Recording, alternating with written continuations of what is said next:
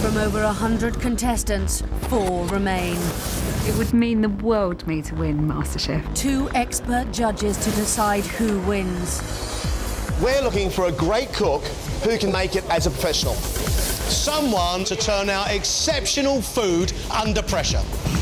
Now I'm this close, I want it pretty bad, actually. The prize, the chance to work in a top restaurant. This competition just gets tougher. Whoever wins, it's going to change their life. I'm utterly dedicated to this now. MasterChef is going large.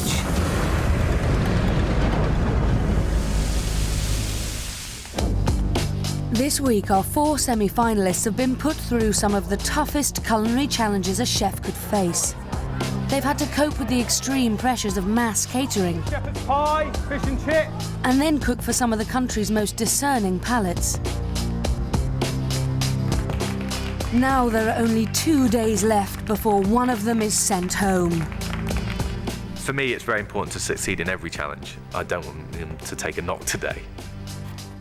I'm just going to keep on battling and scrapping all the way. I want to keep listening. You know, I do have this capacity to develop. What I need to do now is dig really deep, find the confidence, find the calm, and just cook beautifully. I'm learning so much, and I think if I can just get a hold of my nerves, I'll be all right. With everything to play for, today's challenges aim to expose the contestants' true star quality. Today, each contestant will be sent to a different restaurant to learn a type of cooking they're unfamiliar with, and to see if they can overcome the worst weaknesses they've shown so far in the competition. No time to sleep, my friend. Then they will return to MasterChef HQ to cook a dish that reflects the new type of cooking they've learnt. Oh, yes. Oh, yes, yes, yes. At this level of competition, which of these 4 contestants can raise their game and prove they have what it takes to win MasterChef?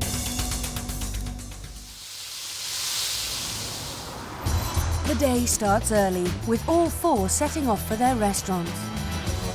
Every move they make will be assessed by judges Greg Wallace. We're going to send them away to restaurants that will help work on the parts of their food that are the weakest. And I think this is fantastic. This should help their whole repertoire. And John Terode. They're going back into a commercial environment with a chef who's going to tutor them and build their food to a standard which takes them that step further towards professional. I am fascinated to see what happens with these 4 today. Country lawyer Hannah's an adventurous cook, but sometimes uses too many flavours. The time through this is unusual. Part of my tongue was half expecting roast chicken, and the other half knew it was a dessert. But in the last test, her confidence crumbled before the judges. I think I've just got nervous because I just don't think I'm good enough. I don't think I've got enough skills. To help her simplify her style and boost her confidence, she's going to the rustic Italian restaurant, Café Caldesi. The best of Italian food is about the best of ingredients, cooked and served as simply as you can. That is so far removed away from Hannah. I think she will get a lot from this. But will Hannah adapt to this simple style? Italian cooking is so far removed from my experimental style of cooking. I think with something like this, you need somebody to show you how to get that maximum impact of flavour. It's not something you can pick up from a recipe. She has the morning to learn from chef patron Giancarlo Caldesi, so he starts by showing her a classic Italian tomato sauce using just 4 ingredients. Basil, garlic, chili, tomato. We don't need 20 flavours. Ready. No more. No more. I can't believe it's so simple and it smells that good. Can Hannah gain confidence and take a more simple approach? Bit too much of it though. Okay. Geordie David loves cooking hearty British fare. What's panagadi? Panagadi is basically a dish I think I ate every single day when I grew up. However, his robust food needs some finesse to take it to the next level. We're not sure about your refinement, David. French food is widely regarded as the most elegant in Europe, so David has been sent to the traditional French restaurant Almeida. I think it's brilliant. David's got his style, the classic British, fantastic. But we now need to also test him to see how he copes with a different style of cuisine.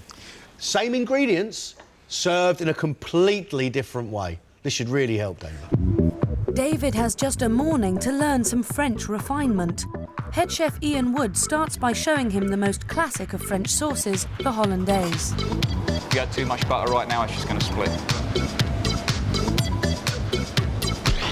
Café. Then there's a quick lesson in partridge trussing and dressing. Will David be able to use his skill with British cuisine to pull off these French classics? Ben's drive and love of haute cuisine means his presentation always impresses.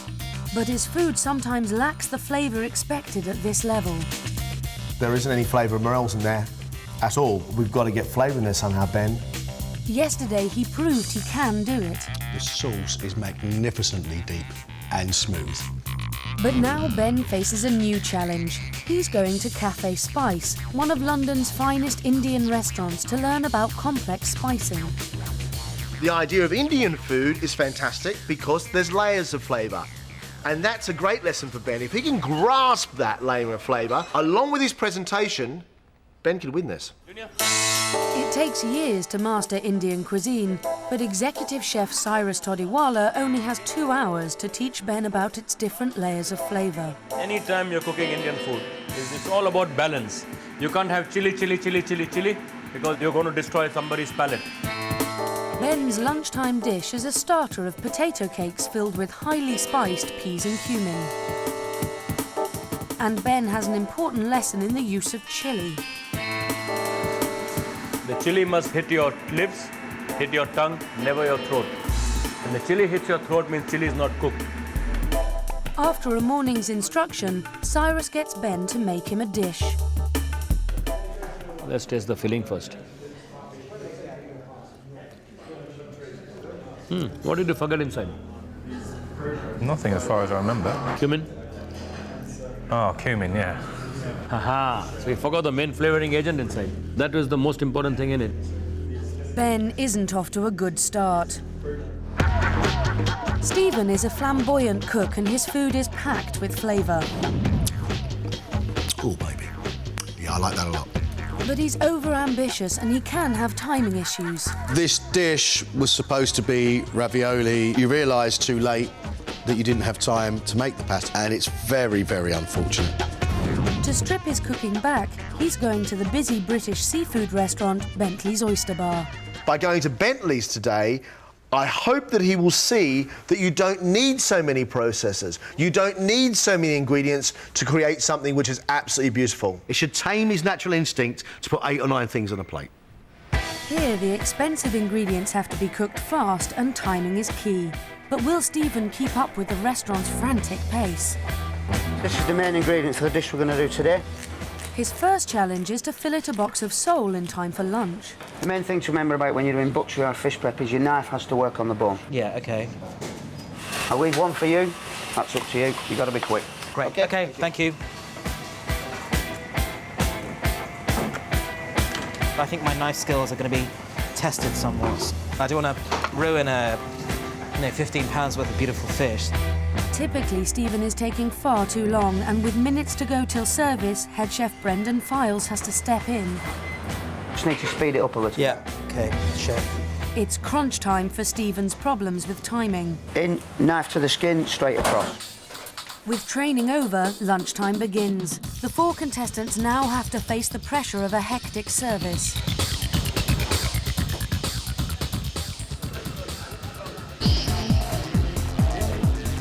At Café Caldesi, Hannah's trying to prove she can cook full-flavoured food using few ingredients.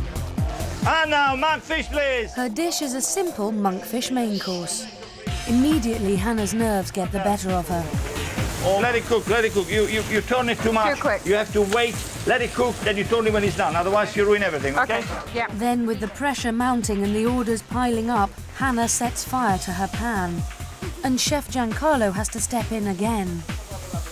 I need to practice a few times and then I'll know what I'm doing.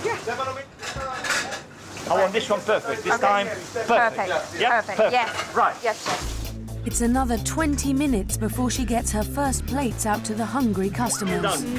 Thank you, chef. But following that success, her confidence begins to grow with every plate. Hey, come on now! Hey! Hannah has finally mastered her simple Italian dish, but has she learnt that less is often more? I think today has really just made me question my cooking style, because I normally use sort of tons of ingredients. It's what Greg has been saying to me from the start, you know. Penny is now dropped. Over in the city, Café Spice is fully booked, and Ben's potato cake is proving popular. I got 2 more ragda patties, okay, Ben? Having forgotten the essential ingredient of cumin earlier, has he now got to grips with the dish? It's the right balance is perfect, no problem at all. With Ben proving he can take the heat, Chef Cyrus decides to test him further. You're going to make a dosa, now watch me closely here.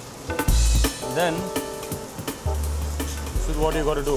Think you up to it? Yes, chef. Dosa is a stuffed Indian pancake and is notoriously difficult to make. Let's go, middle. Now, quickly. What's all that, man? Clean shape, no tears, no breaks. It has to be a continuous movement. It's very much harder than it looks, this dosa lark. Ben, no time to sleep, my friend. That dosa could get burnt, you know, you got to watch it. With the restaurant still packed, Ben's got the hang of the tricky dosa, and both his dishes are flying out of the kitchen. But has he got the complex flavours right? They said excellent, and they're Indians. Well done. Thank you. I think he's done a brilliant job. And he coped under pressure, so he has got a good temperament. At the Almeida, David's in the thick of it. He's cooking partridge with wild mushrooms and a red wine sauce. But will he be able to demonstrate the French refinement necessary during service? Straight away, David has problems with his presentation. Onion, chestnut, not 2 onions, 1 chestnut, 2 chestnuts, 1 onion. Sorry, chef. The pressure starts to show. Relax. Calm down. Then David gets an order wrong. 2 minutes, chef. What? For what? For the partridge. It's on order, not away. But earlier you said 1 partridge, yeah? 1 partridge on order means you've got to cook 1. It's not away, you don't need the mushrooms. I need to learn from the mistakes, basically. And that's what I'll do. But with service in full swing, David finally cracks it, and his next few plates are spot on. Service. It took us a few times to get it right, but as far as I'm concerned, I learned from my mistakes. And if I can just keep showing that I do have that capacity and the willing to learn and that hard work, I think I could win it. Back at Bentley's, it's the heart of lunchtime service, and the orders are flying in. I want a Normand and 2 spinach. Wait. Stephen's dish is sole Normand, which has to be cooked carefully but quickly.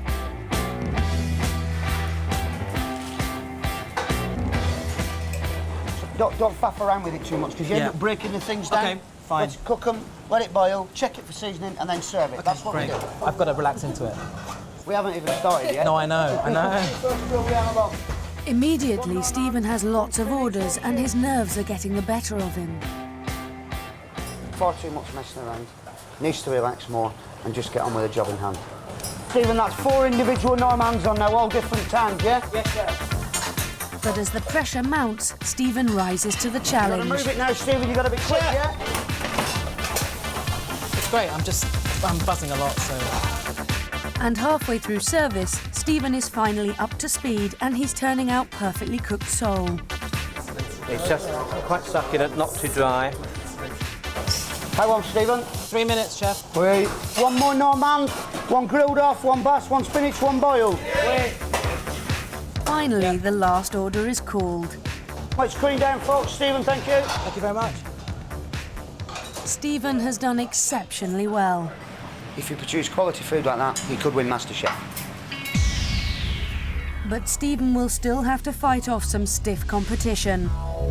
They regroup back at MasterChef HQ to cook for John and Greg. Ben eventually succeeded during service, bringing his flavours together. Now he has to replicate the complex spicing in a dish of his own. Today, Hannah realised that exquisite food can be created from just a few ingredients. Can she now translate this into her own cooking? Classic British cook David struggled during service, but threw himself into the French style. Can he now produce more refined plates of food?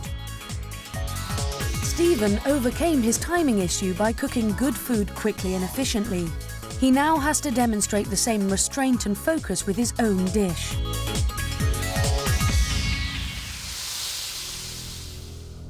We want to see on a plate what it is you've learned.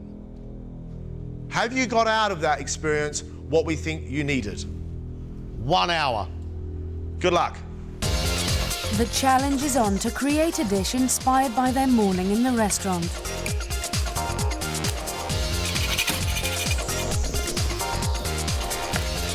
Ben's presentation is fantastic, but he hasn't consistently delivered on flavour.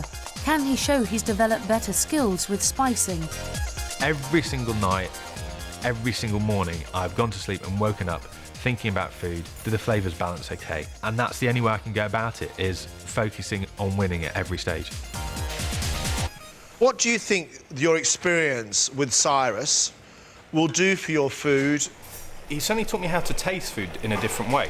He said that if you can taste it in your mouth and around your cheeks, then you've got the right level of chilli. If you can taste it in your throat, you've gone too far. Do you think that you may have discovered how your palate actually works? Yeah. Good. That's great, because that's the lesson. All those flavours together, there's lots of spices going on. It could be really, really delicious. Now, if he doesn't understand that flavouring, that is going to be a disaster. Stephen is an elaborate cook, which means he often runs out of time. I'm here to win it. I'm here to really change my life. I would love to work with food, and that's really, really exciting. It's so exciting. Stephen, did you enjoy your session at Bentley's? I had a fantastic time. It was brilliant. Why do you think we sent you there? To learn about simplicity and honesty. This is probably the first time we are seeing you cook without running around frantically with absolutely no idea, well, what's going to happen next. It's good. It's nice. I'm actually in control. Stephen, I'm really happy for you. Thank you. It's worked. Yeah. You know what? He's only got about 5 ingredients there. You need confidence to do it. And I think that it's such a big move for Stephen to take away all the complex articles to make one plate. It sounds delicious, absolutely delicious. 25 minutes left, and it smells fantastic in here. Hannah's inventiveness has got her this far, but she now needs to simplify her food. I'm just hoping that I'm going to be able to do Giancarlo proud. If I can replicate anywhere near the kind of level of intensity of flavours that he could get, then I think today will go OK. Hannah, good to see a grin back on your face again. I'm glad to have a grin back on my face again. Did you enjoy it? I had the best day ever. I learnt to cook with 4 ingredients and make something that tastes phenomenal. It's all about the purity and simplicity and maximising flavour from your 4 ingredients. Hallelujah! Hey! I had an epiphany moment. It was good. It was really good. Hannah looks so happy, and that food looks so great. She's staying true to herself about what she does. Very interesting food, but has taken something from it. I think that's brilliant. David loves big, homely British cooking, but he now needs to refine it and show a lighter touch. I want to show John and Greg that I've improved as a cook overall. You know, that I've learned to appreciate another cuisine rather than this rustic British food that I'm, you know, emphasising all the time. Why do you think we sent you to Almeida? What do you think it was we thought you needed? I think my food is honest and it's full of gusto, and I think I just need that little French touch, maybe just to make things a little bit more subtle. What do you think you took from it? The skills that you're picking up, as well as, you know, learning the brutality of a service, you know. The brutality of a service. So I think I'm just going to maybe think about my plate a bit more. Just try and think a little bit more creatively about how I'm putting my plate together, you know. David sounds to me like he has begun to learn the art of refinement. Although I've got to say today, he has got an awful lot to do. Lots of flavours on there. I just hope he doesn't over-flavour it. That's my problem today. 3 minutes. It should be coming together on the plate now.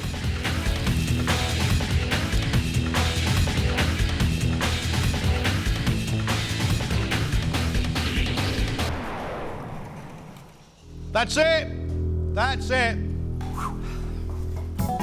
Hannah is serving monkfish with cherry tomatoes, a chilli and garlic white wine sauce and carrot quenelles. How will the judges react to her new pared-down style of cooking? Oh, yes. Oh, yes, yes, yes. Deep sauce, full of vegetable flavour, and afterwards, through the monkfish, beautiful, meaty fish, comes a hint of chilli. It's amazing that you can get so much flavour. From nothing. Good on you, Hannah. Last.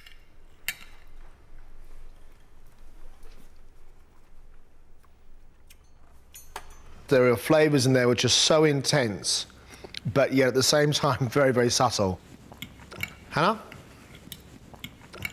I might just sit here and eat the rest of it. Absolutely fantastic.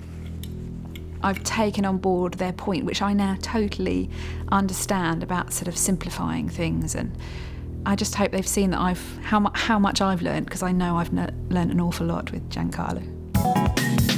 David has made lamb served with fine beans, stuffed tomato, boulanger potatoes and a mint hollandaise. But will it show the judges he's learnt to refine his food? I still believe you need to make it a little bit smaller, a little bit more concise. You could probably do with half that rump, a smaller amount of potato. We are quite raw, a bit jelly-like.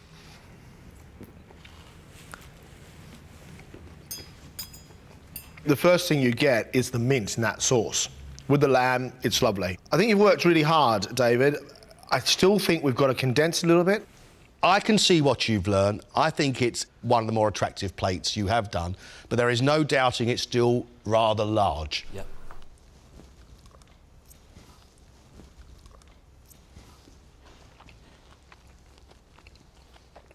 The flavour is all mint at the start, leading on to the lamb, heavily seasoned potatoes. I think it's a joy.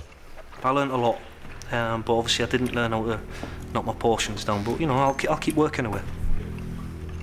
The refinement, you know, they picked up on it, you know, so that's a little bit of a blow to me, because I thought I'd refined it and I obviously hadn't, but hey. Stephen is serving sole with mussels and wild mushrooms topped with an oyster. That looks great, I've got to say. Let's have a go. It's all about the fish. It's celebrating the fish. Look at that. That is heaven on a fork.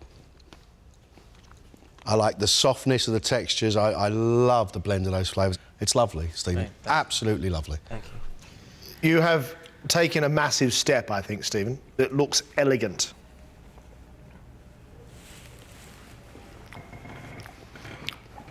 Not just beautifully presented, well flavoured, well cooked, well thought out. And if you continue to cook this way, Stephen, you are going to be a great, great, great cook. Thank you. I've stripped everything back to the essence today, and yeah, their comments were fantastic. I mean, it couldn't have been any better. Ben's made a heavily spiced dish of scallops with potatoes, peas and chapati. But has he mastered the complex flavourings? Explain to me what you're trying to tell us by cooking us this. I'm trying to show you that I've balanced the flavours, that we've got the sweet peas, the spiciness of the potatoes, and then a more gentle spicing on the scallops here. A little bit of chilli.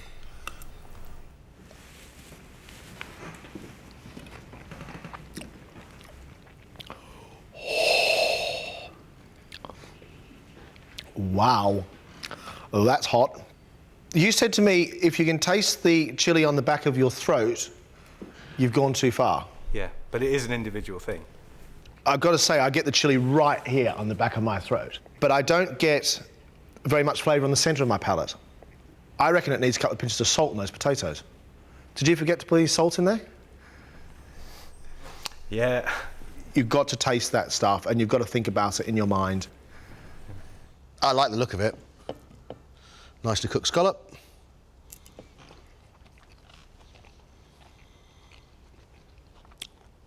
Whoa.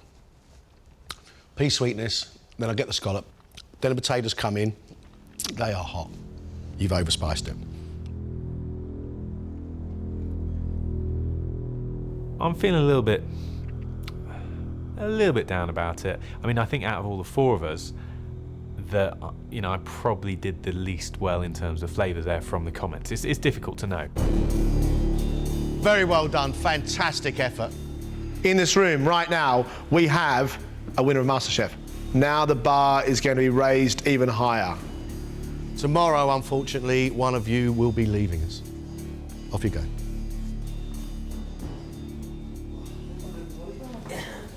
Oh, God, breathe. Well, I can see what they all learn, and it's fascinating. Should we talk about David? I still think he needs his rough edges smoothed. For me today, David panicked a little bit.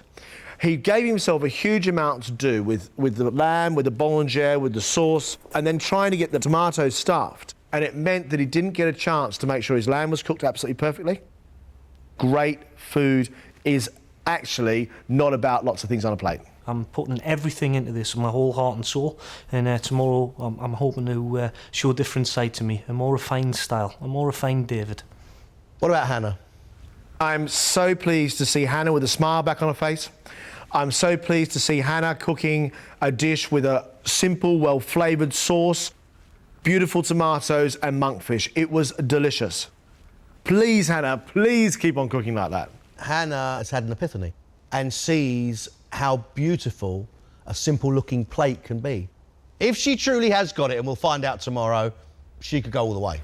I had a good day today, and I think, the thing I'm most pleased about was that I managed to get the depth of flavour in the sauce from, 4 ingredients, and I'm just really pleased I managed to pull it off.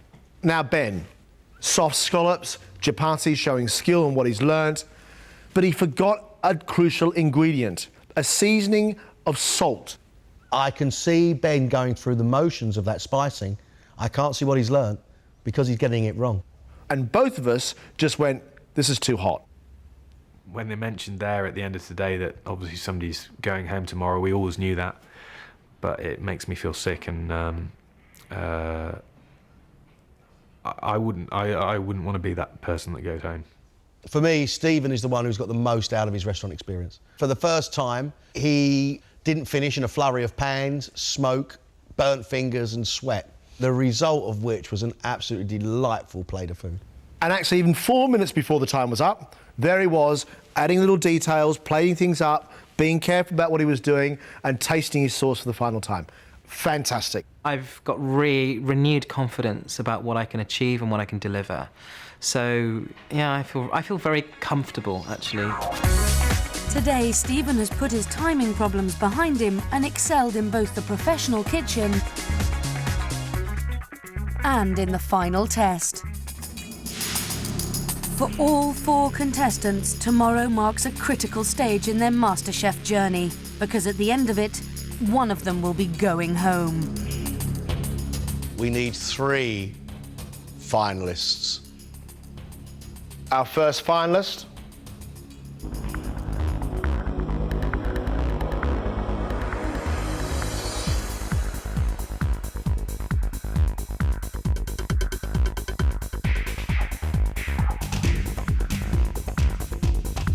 Today it's quite different. 2 professional food critics and a member of the public.